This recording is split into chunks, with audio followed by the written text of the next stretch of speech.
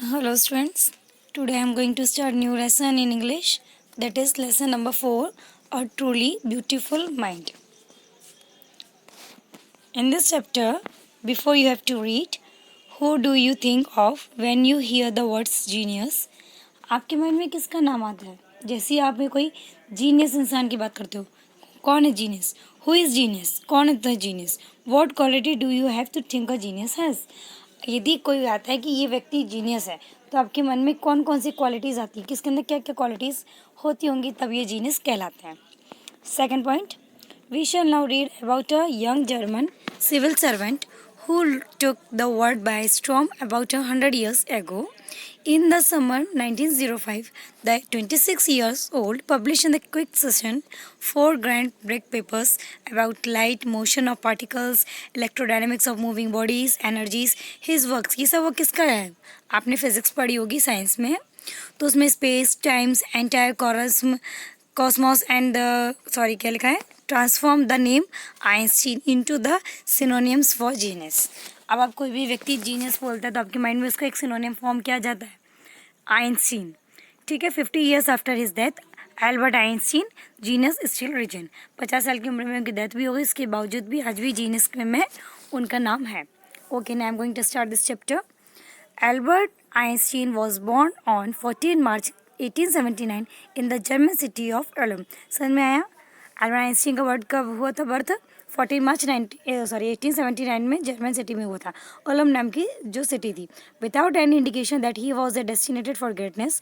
On the contrary his mother thought Albert was a freak. To her his head seem to be too big too large. उनकी mummy को क्या लगता था? उनका सिर काफ़ी बड़ा था, तो उनकी मम्मी को लगता था कि शायद ये एक बोधू, मतलब कहना चाहिए फिक क्या होता है, ये साइड में वर्ड मीनिंग लिखा है. और word use to disapproving to talk about the person. किसी व्यक्ति से प्रॉपर तरीके से बात नहीं करना, उससे तरीके से बात बिहेव नहीं करना, लुक नहीं देखना या फिर थिंक नहीं कर पाना, तो एक वीक स्टूडेंट कंसिडर करती थी उनकी mummy. At the age of 2.5, मतलब 2.5 साल की उम्र में, आइंस्टीन स्टिल वॉजंट टॉकिंग. वो बोलना अभी तक उनको नहीं आता था. 2.5 साल का बच्चा अच्छे से बात करने लगता है तो भी, लेकिन वो बिल्कुल बात नहीं कर पाते थे. He was finally learn to speak. तब उनको बोलना सिखाया जा रहा था. He uttered everything twice. Uttered मतलब क्या होता है? अटकना या फिर रिपीटेशन. जैसे एक शब्द को बोलते थे वो 2 बार बोलते थे. ठीक है. Einstein did not know what to do with her other children. लेकिन आइंस्टीन को नहीं मालूम था कि उन्हें क्या करना है. दूसरे बच्चे इस उम्र में क्या करते हैं? कुछ एजुकेशन से रिलेटेड सीखना शुरू कर देते हैं. बट आइंस्टीन क्या करते उस वक्त? बोलते कैसे ये सीखना शुरू कर रहे थे.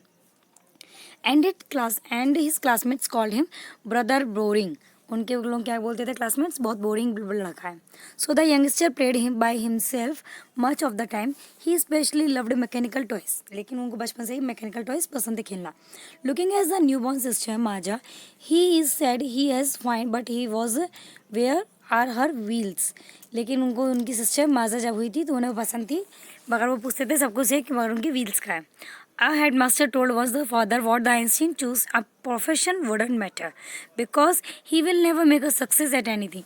वो कहते हैं उनको ऐसा कोई प्रोफेशन मत रखो. उनके टीचर ने कहा, आइंस्टीन के हेडमास्टर ने, कि वो ऐसा कोई प्रोफेशन ना रखें. क्यों? क्योंकि वो कोई भी चीज़ में सक्सेस नहीं हो सकता. ये टोटली कंसिडर उनको क्या किया गया था? जैसे वीक माइंडेड पर्सन कंसिडर किया गया था. Einstein began learning to play the violin at the age of 6. लेकिन आइंस्टीन को वायलिन 6 साल की उम्र में ही बजाना आता था.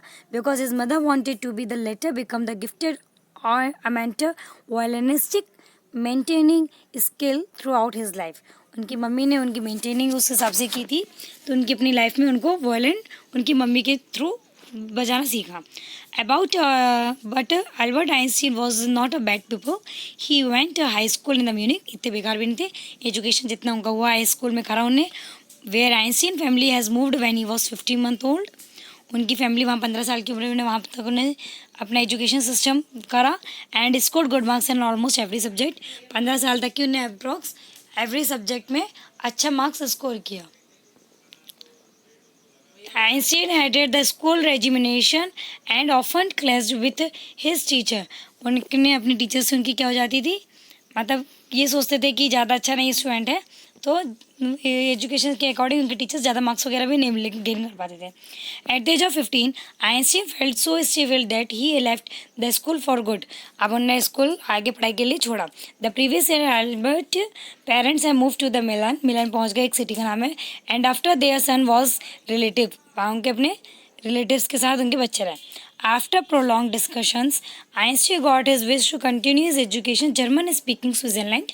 इसके बाद का एजुकेशन उन्हें जर्मन स्पीकिंग वहाँ स्विट्जरलैंड में किया, in the city which is liberal than Munich.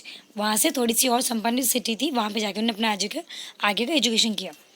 Einstein was highly gifted in the mathematics and the interested in physics, and after finishing school, उनको मैथ्स और फिजिक्स बहुत अच्छी लगती थी स्कूल के फिनिश होने के बाद. And he decided to the university of the Zurich. अब उन्हें कौन सी यूनिवर्सिटी से पढ़ने की कोशिश की? ज्यूरिच से उनकी डिमांड थी. But the science wasn't only things that appeal to the dashing young man with the valves moistures. उनको बड़े जो यंग मैन होते हैं, जो मॉलिस्टेशियस वगैरह होते हैं, दाढ़ी मूछ वगैरह होते हैं, मतलब मूछर्स वगैरह, तो वो उस टाइप के पर्सन वहाँ देखने को मिले. He also fed a special interest in the fellow students. उनके अपने साथ के जो क्लासमेट्स वगैरह नहीं थे, जिनको अपन क्लास फेलो बोलते हैं, उन स्टूडेंट के साथ उनको ज़्यादा इंटरेस्ट आता था. मेलिवा मार्केनिस whom he found to be the clever creature, this young Serb had come to Switzerland because the university in Zurich was one of the few in the Europe women gets degrees. वहाँ पे women's को भी अच्छी अच्छी degrees मिलती थी. वहाँ की जानी मानी यूनिवर्सिटी थी स्विट्जरलैंड यूरोप की. Einstein was sure in her and ally against the Philistines, those people in his family and the university with whom he was constantly at odds. The couple fell in love. धीरे धीरे उनको वहीं पे class fellow में एक पसंद आए जो भी, तो धीरे धीरे उन्होंने लव में फॉल हो गए. Later survive then their affection into the words. फिर उनका वर्ड्स में अफेक्शन शुरू हो गया. Mixing science with the tenderness wrote Einstein. Einstein ने क्या लिखा? How happy and proud I shall be when we both brought our work on the relativity and victorious conclusion. यदि हम दो एक हो जाए तो हम कितने अच्छे से मेंटेन कर सकते हैं, किसी भी चीज़ का कंक्लूशन बहुत अच्छे से निकाल सकते हैं. इन 1900 उसके बाद क्या वो 1900 में 21 साल की उम्र में आइंस्टीन यूनिवर्सिटी से ग्रेजुएट हो गए. तब भी वो अनएम्प्लॉयड थे. उनने टीचिंग असिस्टेंट का वर्क किया, तब भी प्राइवेट लेसन्स वगैरह उन्हें पढ़ाया. लेकिन उनको 1902 में एक टेक्निकल जॉब मिल गई जहाँ पे वो काम करने लगे. ऑफिस बर्न में था. वहाँ उसके सपोर्ट से उनको एक नए नए इन्वेंशंस के मौके मिलने लगे. आइंस्टीन धीरे धीरे अपने आइडियाज़ को डेवलप करने लगे. वहाँ पे उनकी जो सीक्रेट आइडियाज़ रखे रहते थे उनके मन में, वो लोगों से शेयर करने लगे. इसके बाद उनको वहाँ पे लोग कभी कभी जोक कर देते थे उनके आइडिया को, जो अच्छे नहीं होते थे या फिर उनके हिसाब से सही थे, लोगों के हिसाब से गलत थे, तो उनको जोक उड़ाते थे, मजाक उड़ाते थे. And drought the bureau of the theoretical physics. लेकिन उसके बाद उन्होंने वहाँ से पढ़ाई करने की कोशिश कहाँ करी?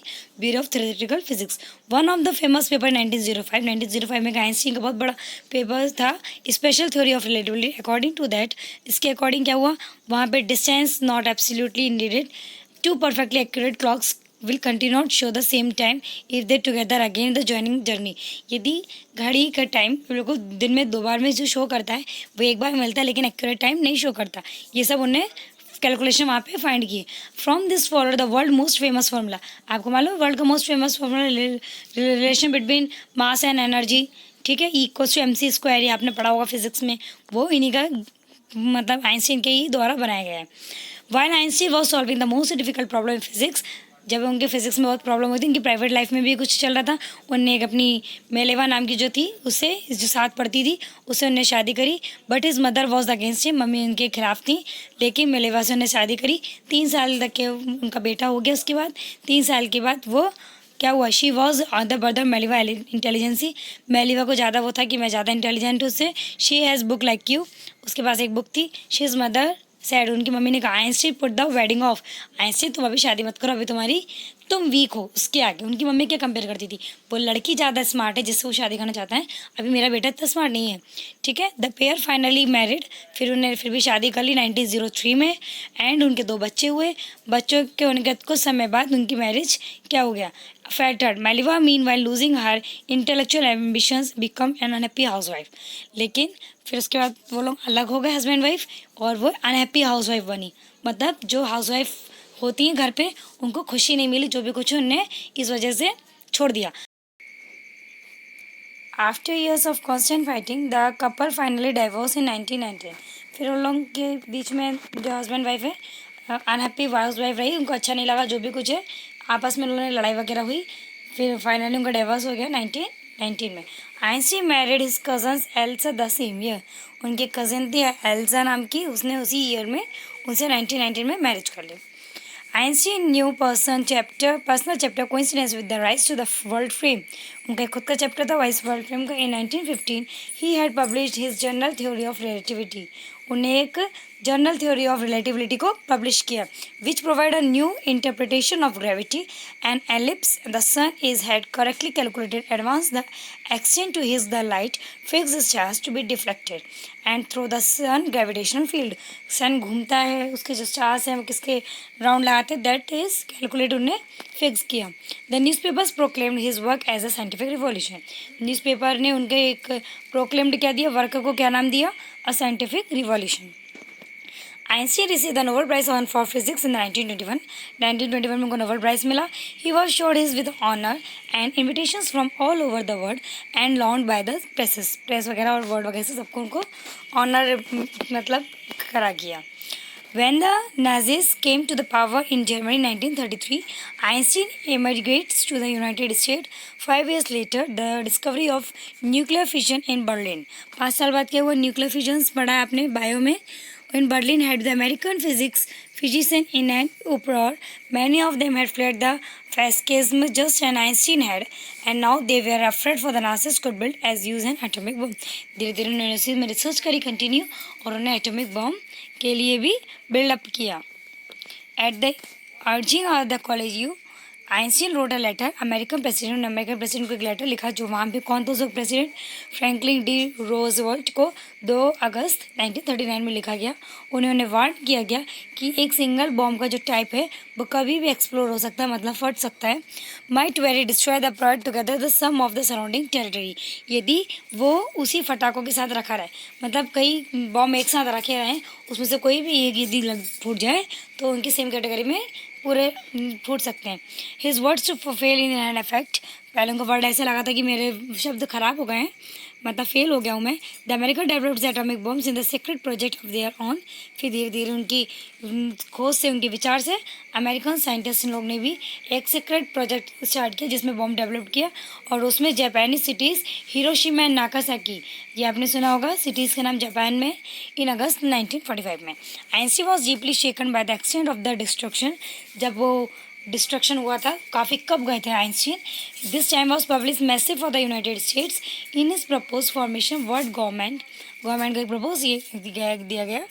Unlike to the letter the Roosevelt has made upon on no impact, लेकिन उस पर उनका कोई इम्पैक्ट नहीं पड़ा। But over the next decades Einstein got more evolve in the politics aggregating and for the end of the arms buildup and using the popularity और campaigning the peace and democracy। धीरे धीरे क्या हुआ, Einstein को और popularity मिली politics के field में, और वो धीरे धीरे डेमोक्रेसी और पीस के फील्ड में कंटिन्यूसली हो गए। When Einstein died in 1955 at the age of 76, 1955 में 76 की एज में जब आइंस्टीन डेड हुए, he was celebrated as the visionary and world citizen as much as the scientific genius। वो विशनरी मतलब क्या, एक इस तरीके से नज़र है लोगों की, वर्ल्ड के सिटीजन को इस तरीके से देते हैं एक जीनियस पर्सन के नाम पे। मैंने आपको स्टार्टिंग में चैप्टर में बताया था व्हाट इज़ जीनियस। जीनियस में यदि बोला जाए तो उसमें क्या क्या क्वालिटी शो होती है, तो आइंस्टीन को लोग एक जीनियस साइंटिफिक मतलब एक साइंटिस्ट मानते हैं। Okay, here chapter is finish. I am going to give you exercise and text question answers very soon in the next video. Okay, thank you.